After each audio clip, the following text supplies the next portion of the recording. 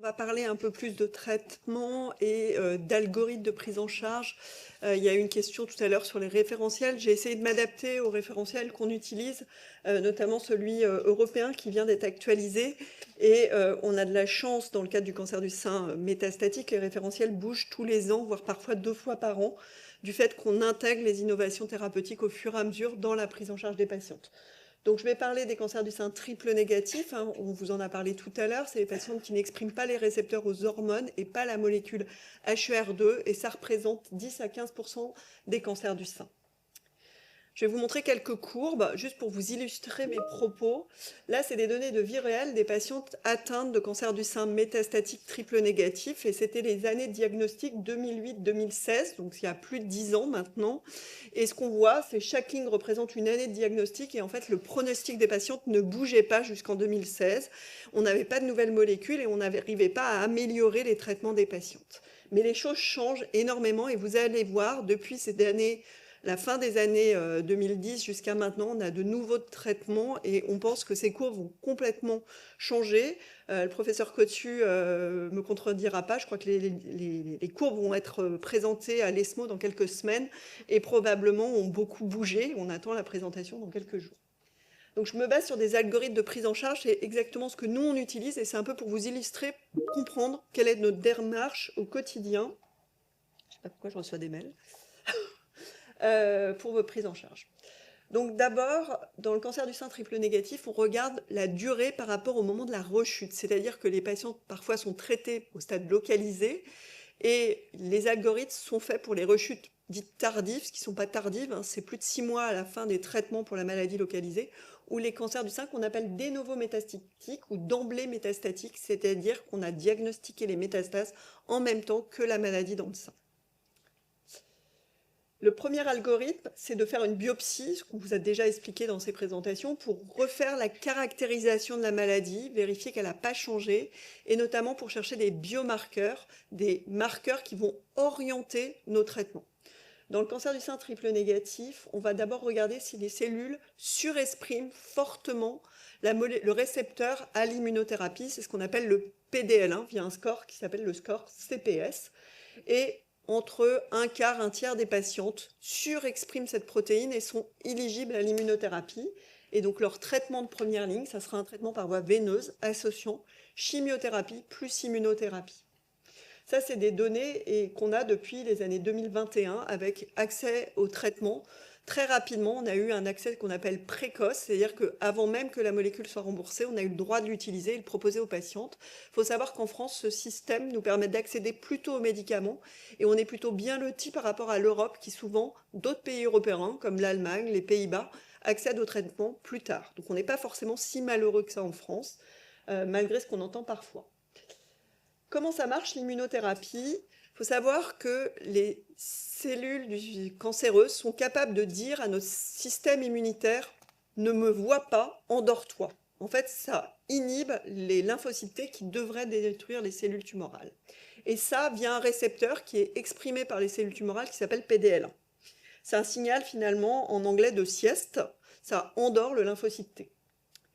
Quand on met un anticorps anti-PDL1, en fait, moi j'appelle ça le chewing-gum dans la serrure. En fait, il faut un récepteur et son ligand. Et si vous mettez le chewing-gum au milieu, les deux récepteurs ne se lient pas et le signal d'inactivation du lymphocyte ne se fait pas. Et donc le lymphocyte est activé, super puissant, et il va pouvoir tuer les cellules tumorales. Pour le cancer du sein, toujours en association avec la chimiothérapie, ça ne marche pas tout seul. Donc, l'accès à l'immunothérapie dans le cancer du sein triple négatif, pour le moment, c'est uniquement pour les patientes qui ont cette surexpression de PDL1, via un score qui s'appelle le score CPS. Je ne vais pas vous le détailler, mais en fait, ça compte l'expression à la fois sur les cellules tumorales, mais sur les cellules de l'environnement tumoral de PDL1. Et juste en schéma, en haut, vous avez des cellules, hein, tout ce qui est bleu, c'est une petite cellule. C'est des cellules qui n'expriment pas PDL1. Et en bas, vous voyez que les cellules sont entourées d'un halo marron, c'est le marquage PDL1, et là, c'est des cellules qui surexpriment fortement PDL1. Donc là, l'anatomopathologiste va regarder, va nous mettre dans le rapport surexpression de PDL1. Donc ça, c'était juste pour vous illustrer l'étude, hein, qui a été publiée d'abord en 2020, puis après qui s'est affinée. Donc c'était une étude où, de façon assez simple, les patientes étaient randomisées, c'est-à-dire tirées au sort pour recevoir chimio plus immunothérapie ou chimio plus placebo. Et on a pu montrer que les patientes qui avaient reçu chimiothérapie plus pembrolizumab, donc l'immunothérapie, c'est les courbes vertes, turquoises, avaient une augmentation de la survie sans progression. Ça veut dire que c'est le temps jusqu'à ce que la maladie est résistante au traitement. Et également, ça augmentait la survie totale des patientes et ça a permis de valider ce traitement. Après, donc, un petit tiers de patientes va avoir chimio-immunothérapie. Qu'est-ce qu'on va faire pour les autres? Pour les autres, on va regarder si la patiente a une mutation de BRCA1 ou de BRCA2. Soit on va regarder au niveau tumoral et on confirmera si la mutation est constitutionnelle, c'est-à-dire qu'il touche toutes les cellules de l'organisme, ou parfois on a déjà la donnée, on sait que la patiente est porteuse d'une mutation génétique BRCA1 ou BRCA2, ce qui est assez fréquent pour les patients de triple négatif. Et là, on va donner un inhibiteur de PARP qui est une thérapie ciblée. Donc juste pour vous rappeler, donc les mutations constitutionnelles, c'est ce qu'on appelle aussi les mutations germinales. C'est des altérations d'un gène dans l'ensemble des cellules de l'organisme. C'est soit une mutation dont on a hérité d'un de nos deux parents. On entend souvent « Ah mais j'ai des cancers du sein dans la famille de mon père, ça ne compte pas ». Bah si, ça compte.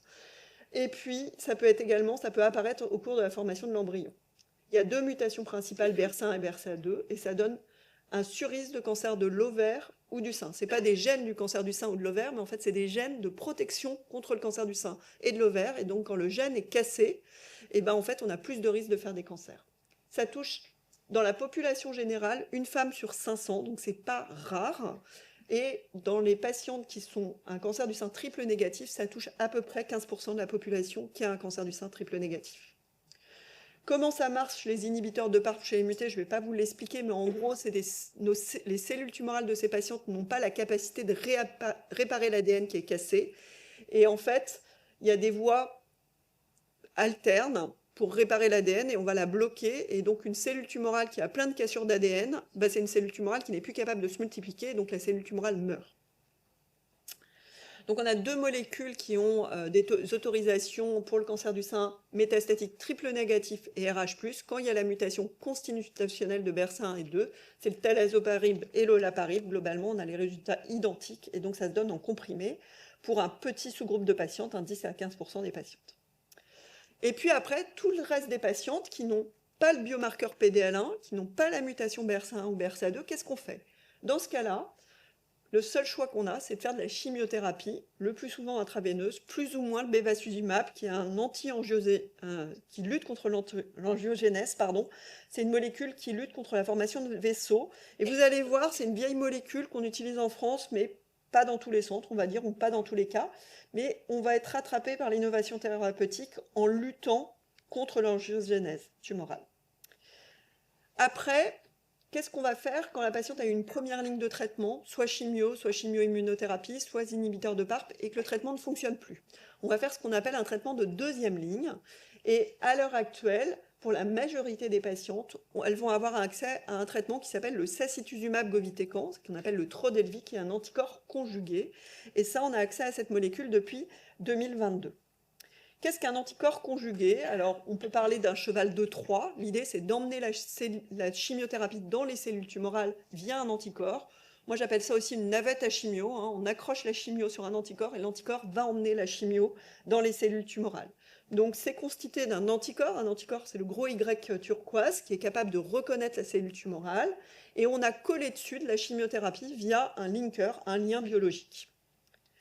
Comment ça se passe? Très schématiquement, vous avez votre gros Y qui est là-haut avec ses chimios accrochés, qui va s'accrocher sur la cellule tumorale via un récepteur, ça va rentrer dans des vésicules, les endosomes, ça va aller dans les cellules, et puis ça va finir par être cassé dans les lysosomes, d'autres cellules, d'autres vésicules, et il y a un relargage finalement de la toxine, de la chimiothérapie dans la cellule tumorale, et ça va tuer les cellules tumorales. Les ADC, les anticorps drogues conjugués ou les anticorps conjugués, c'est le boom technologique à l'heure actuelle en oncologie. On en développe pour tous les cancers et beaucoup dans le cancer du sein. Le premier qui a eu son AMM, son autorisation de mise sur le marché dans le cancer du sein triple négatif, c'est le sacituzumab govitecan, le Trodelvy. Vous en avez peut-être entendu parler parce qu'il y a eu une mobilisation des patientes et des associations de patientes pour qu'on ait accès rapidement à cette molécule, qui était assez importante parce qu'elle doublait globalement la durée d'efficacité du traitement et doublait la survie des patientes, donc c'était majeur. Il n'y a pas besoin de sélectionner les patientes sur un biomarqueur, ça marche chez toutes les patientes triple négatifs. Puis après, quand ce traitement par sacituzumab govitecan ne marche plus, que fait-on? Soit de la chimiothérapie classique, soit un essai clinique, soit éventuellement un autre anticorps conjugué, le trastuzumab deruxtecan. Je vous en parle très rapidement parce que je pense que mes collègues vont vous en parler. HER2, ça classe des cancers très positifs, les HER2 positifs ou les négatifs. Mais dans les négatifs, on va avoir une nouvelle classe qui apparaît, qui est les HER2 faibles, qui sont en vert et qui représentent à peu près 30% des cancers du sein triple négatif. Et dans ce cas-là, on peut donner un anticorps conjugué qui cible HER2, qui est donc le trastuzumab deruxtecan, l'Enhertu. Et ça a montré également une efficacité en survie sans progression et en survie globale, mais sur un petit groupe de patients. Donc c'est des résultats qui sont suffisamment forts pour nous convaincre, nous oncologues, mais qui, pour l'instant, nous font donner cette molécule en deuxième intention après le sacituzumab govitecan. Je vous ai parlé au tout début que cet algorithme, c'était pour des patientes qui rechutaient dans les au moins 6 mois après la fin des traitements localisés. Que fait-on pour les patientes qui rechutent très tôt? Là, il y a un vrai besoin, et probablement un besoin des associations de patients pour nous soutenir, pour développer des essais cliniques dans cette situation. On a très peu de données. Donc à l'heure actuelle, on choisit de la chimiothérapie, et puis éventuellement, on va proposer le sacituzumab govitecan, alors qu'il n'a jamais été évalué dans cette situation, mais c'est les recommandations internationales qui nous le suggèrent, et c'est ce qu'on a tendance à faire, alors que normalement, il n'est pas remboursé dans cette situation, mais ça peut passer via des STAF. Quelles sont les perspectives? Donc ça, c'est tout ce qu'on fait actuellement, et ça, c'est qu'est-ce qu'on va faire demain. D'une part, est-ce qu'on va être capable de détecter plus précocement la récidive ou au moins la résistance au traitement via l'ADN circulant? Et ça, on va en parler tout à l'heure, j'ai un petit schéma. On a aussi des essais cliniques qui vont permettre de savoir quel traitement faut donner aux patients. Globalement, on va créer un avatar, un double biologique de la tumeur au laboratoire. Et on va pouvoir tester les molécules sur cette double biologique de la tumeur au laboratoire pour éviter de donner des traitements qui ne sont pas efficaces aux patients. On a une étude en cours qui s'appelle Avatar, qui est conduite par Luc Cabel à Curie. On va avoir des nouvelles imageries pour mieux caractériser la maladie métastatique, par exemple avec les TEP-FAPI, c'est des techniques qu'on utilise à Curie. On a de nombreux anticorps conjugués, ça je vais vous en parler. On a également des nouvelles générations de PARP inhibiteurs pour les patientes mutées BRCA1 ou 2. Les thérapies ciblées, pour l'instant, on n'a pas beaucoup de pistes dans le cancer du sein triple négatif, mais on espère en avoir. Et puis également, on a l'optimisation des soins de support. C'est tout ce qui va permettre de prévenir ou de réduire les effets secondaires et d'améliorer la qualité de vie, et ça, c'est très important. Quelques exemples, l'ADN circulant, parce qu'il y avait une question, donc pour ça, j'ai ce diapo. À quel moment on peut utiliser l'ADN circulant? Je vous rappelle, à l'heure actuelle, dans le cancer du sein en France, il n'y a pas de remboursement de faire de l'ADN circulant, parce que pour l'instant, on n'a pas la molécule qu'on pourrait donner si on trouve des mutations dans l'ADN circulant, notamment pour les tumeurs RH+. C'est que à Vision recherche l'ADN circulant, les patients nous le demandent, mais pour l'instant, il n'y a pas de remboursement. Et il n'y a pas encore d'application dans les algorithmes de l'utiliser en courant, donc on l'utilise dans des essais cliniques.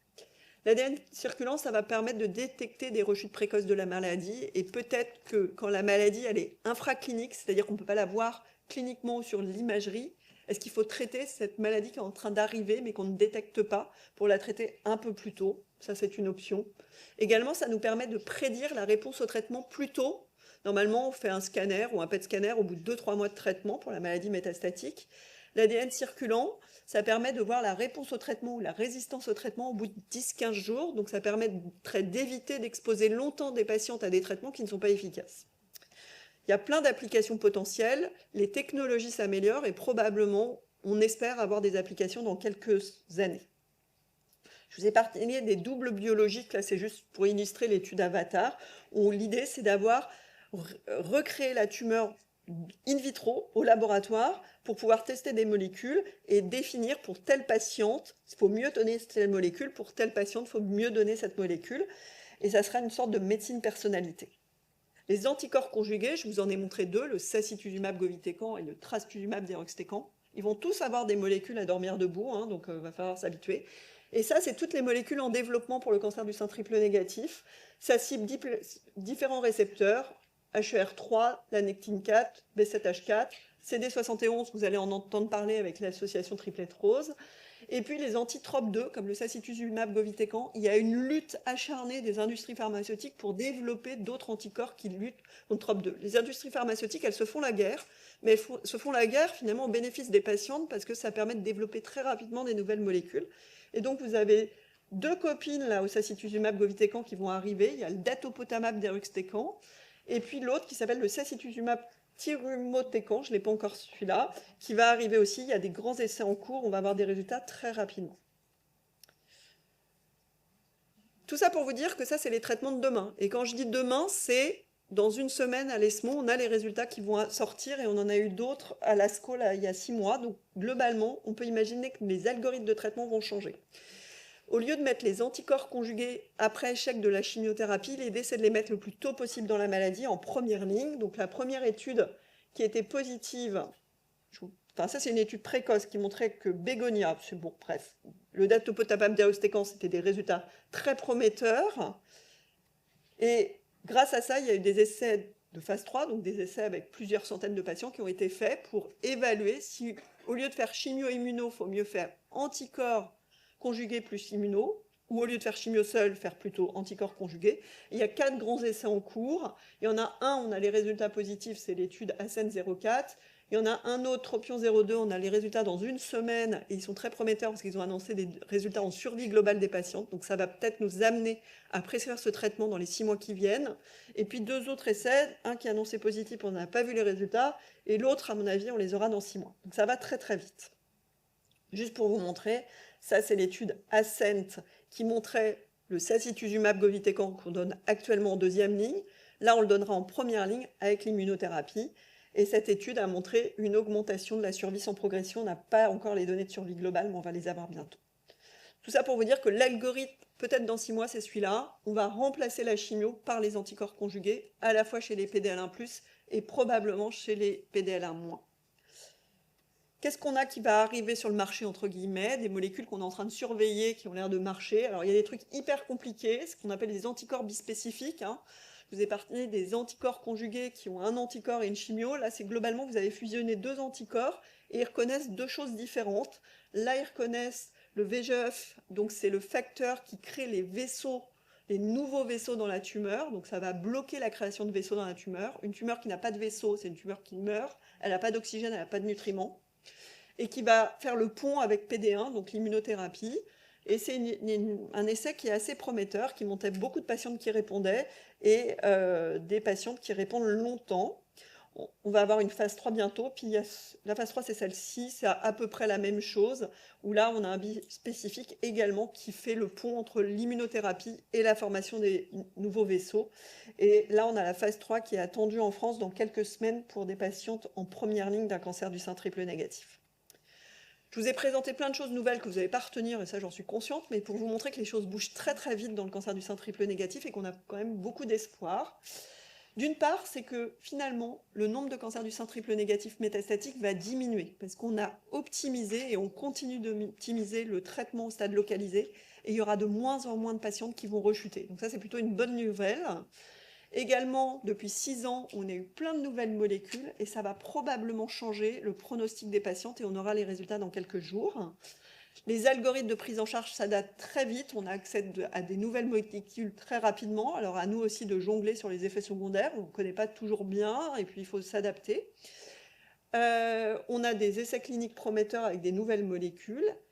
Et voilà, les choses changent vite, donc c'est juste un message d'espoir. J'ai quand même mis que, moi j'ai osé mettre le mot rémission pour le cancer du sein, triple négatif métastatique. On pense que dans l'ensemble des patientes, des pourcents, peut-être tout petits, 1%, de patientes vont être très longues répondeuses à certains traitements.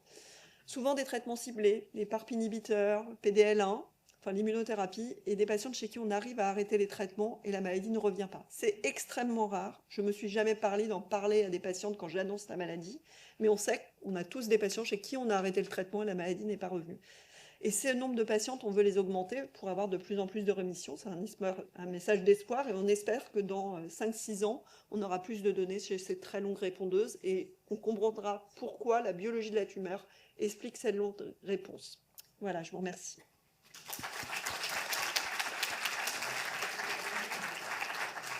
Merci beaucoup. Je vais déjà juste poser une question qui est en ligne, parce que vous disiez que l'étude de l'ADN tumoral circulant donc par prise de sang, c'était seulement donc pour l'instant à des visées de recherche. Et là, il y avait une question. Qu'est-ce qui était plus préconisé quand un traitement n'est plus efficace? Est-ce que c'est mieux de faire une analyse par prise de sang ou plutôt une biopsie?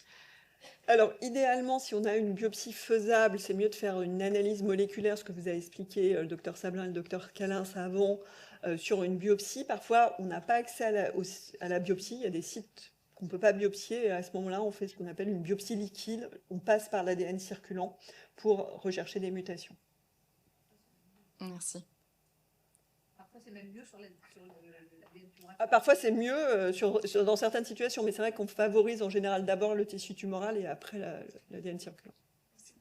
Merci beaucoup pour votre exposé. J'avais voulu poser une question sur l'ADN circulant tout à l'heure. Je vais la poser maintenant, puis après j'ai une autre question sur les triples négatifs. Moi, personnellement, on m'a fait la biopsie liquide dans le cadre d'une recherche, un essai clinique, je crois. Et en fait, il semblerait que ça a circulé, en fait, ça a muté, mais ça ne bouge pas. Est-ce que ça veut dire qu'il va falloir de temps en temps suivre à nouveau pour voir si ça va bouger et quelles seraient les conséquences par rapport au traitement? Ça, c'est ma première question. Et la deuxième, c'est par rapport à tout ce que vous avez dit en termes d'innovation récente, et ça va très vite, et c'est dans quelques semaines ou dans quelques mois l'effet traitement pour les patients. Là, on parle des triples négatifs. Moi, je ne suis pas dans ce cas-là. Moi, je suis dans le cas d'un cancer métastatique des os. Alors, qu'en est-il des innovations pour les autres cas? Alors, la première réponse par rapport à l'ADN circulant, ce qu'on a justement pour l'instant, l'ADN circulant, on n'a pas d'essai suffisamment fort pour déterminer, en tout cas pour le suivi et quand est-ce qu'il faut répéter, est-ce qu'il faut changer le traitement ou pas. Ça commence à se dessiner, on commence à comprendre comment on va l'utiliser, mais en routine, c'est pas encore mis en place. Mais pour sûr, dans 2-3 ans, on fera de l'ADN circulant de façon beaucoup plus facile. Et puis en plus, c'est de la technique, mais le niveau de détection de l'ADN circulant s'améliore. Les essais cliniques dont on a les résultats maintenant utilisaient des vieilles techniques, et maintenant on est meilleur. Donc voilà, pour l'instant, c'est difficile de vous dire parce que c'est pas encore dans les recommandations et c'est un peu au cas par cas quand il y a de l'ADN circulant qui a été détecté, soit parce qu'il y a une analyse qui a été faite, soit dans un essai clinique. Donc ça, c'est difficile de vous répondre. Qu'est-ce qu'il en est des innovations dans les autres cancers? En gros, globalement, les molécules, certaines dont je vous ai parlé, en fait, ont été développées parfois pour d'autres types de cancers et sont arrivées dans le triple négatif, ou vice-versa. Le sacituzumab govitecan, on a eu les premiers résultats dans le cancer du sein triple négatif, mais on l'utilise pour les tumeurs hormonodépendantes. Et puis le trastuzumab deruxtecan, c'est un peu l'inverse. Donc globalement, ça navigue d'un type de tumeur à l'autre, et les innovations, quand elles sont efficaces dans un type de cancer, on essaye de les tester dans un autre type de cancer du sein. Donc globalement, il ne faut pas voir ça comme des choses très cloisonnées, ça circule, entre guillemets.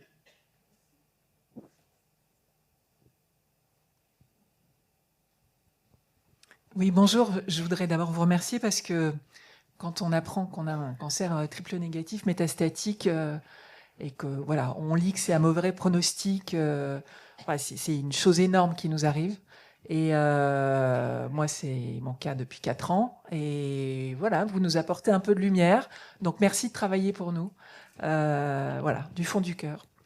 Et puis, la deuxième chose, moi, j'avais une question un peu bête, mais des traitements qu'on a essayé un temps, enfin en première ligne ou deuxième ligne, qui ont très bien marché. Moi, ça a été mon cas. En première ligne, j'ai une réponse métabolique complète. Est-ce que ces traitements, et puis j'ai eu une petite récidive, on est passé en ligne 2, etc.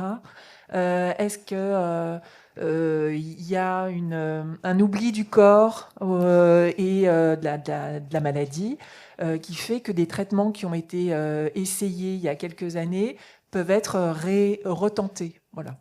Alors, Est-ce que c'est pas aussi une forme d'innovation, ça? Alors Je ça, sais c'est une forme d'innovation. Dans le cancer du sein hormonodépendant, là maintenant, on a des données pour réexposer les patientes aux inhibiteurs du cycle et on sait que ça peut marcher dans certaines situations. Donc c'est des choses qu'on commence à appréhender. Moi, j'explique que le cancer, c'est comme un sac de billes. Vous avez des billes de différentes couleurs. Il y a des billes majoritaires et d'autres minoritaires. Et parfois, la tumeur, elle progresse parce que les billes minoritaires sont résistantes au traitement et donc ça va devenir majoritaire. Et les majoritaires du début, elles sont sensibles au traitement. Et donc, en effet, ça peut évoluer. Donc, potentiellement, oui, pourquoi ne pas réexposer les patientes? Dans le cancer du sein triple négatif, parfois on se pose la question, c'est comme c'est une maladie qui va très vite, on ne veut pas perdre de temps. Sur des tumeurs plus indolentes, remettre un traitement et se redonner 2-3 mois pour voir si ça marche, parfois, ça paraît raisonnable. Pour le triple négatif, on est probablement un peu plus prudent. Mais on peut imaginer, avec les nouvelles technologies, on sera justement capable de dire, ah bah finalement, la maladie, elle est peut-être de nouveau sensible à telle molécule. Mais ça, pour l'instant, on a très peu de données. La réexposition dans le triple négatif, je pense qu'on est très prudent. Eh ben, merci pour l'invitation, parce que nous, on est hyper fiers de vous présenter ce qu'on fait, et le travail de vulgariser ce qu'on fait est vraiment important. Est-ce que Moi, je veux bien, c'est vous, hein. Parce qu'on a des questions en ligne, et là, est-ce que le score PDL1 peut augmenter au fil des traitements?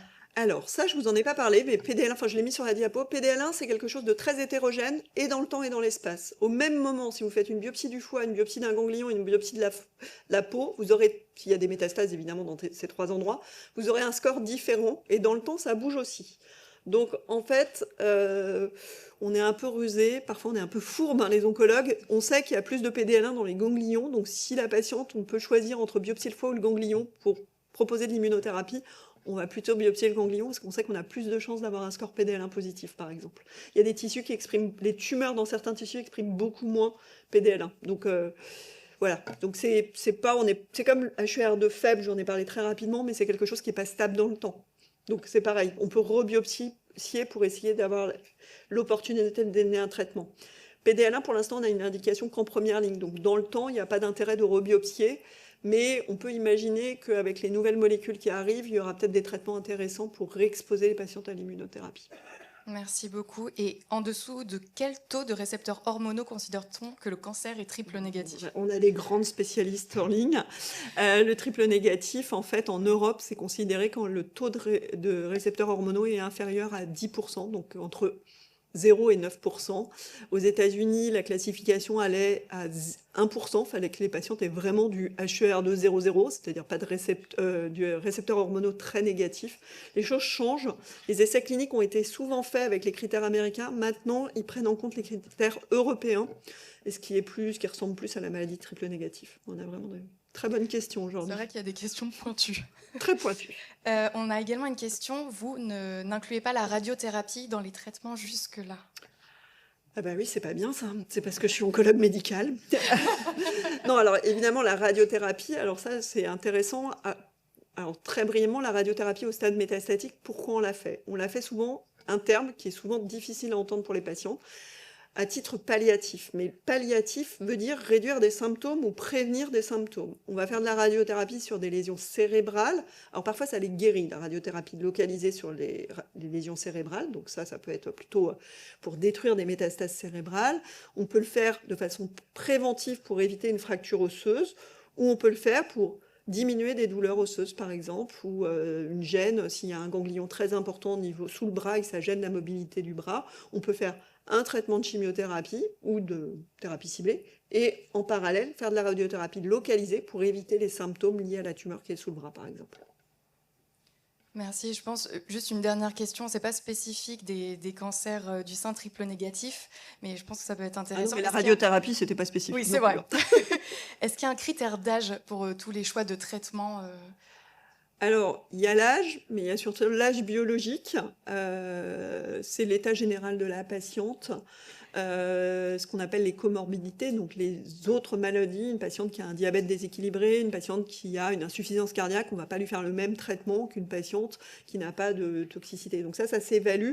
Et puis, on est de moins en moins frileux à donner des nouvelles molécules à des patients qui ont un âge avancé parce qu'on peut réduire les doses. Alors le triple négatif, globalement, c'est des patients plutôt jeunes, donc on n'a pas trop ce problème-là, mais on adapte de plus en plus les doses et on évalue la capacité du patient à supporter le traitement.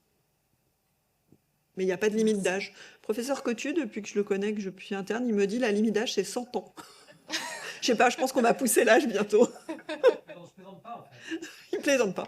Donc ça fait 10 ans qu'il me dit 100 ans. Non, on a des patients très âgés qui reçoivent des traitements plutôt toxiques, enfin qui ont des effets secondaires, mais on adapte les doses. J'ai traité des patients de 90 ans avec des anticorps conjugués. Évidemment, on ne démarre pas à pleine dose, on surveille la patiente, mais s'il y a une efficacité attendue, ça vaut le coup.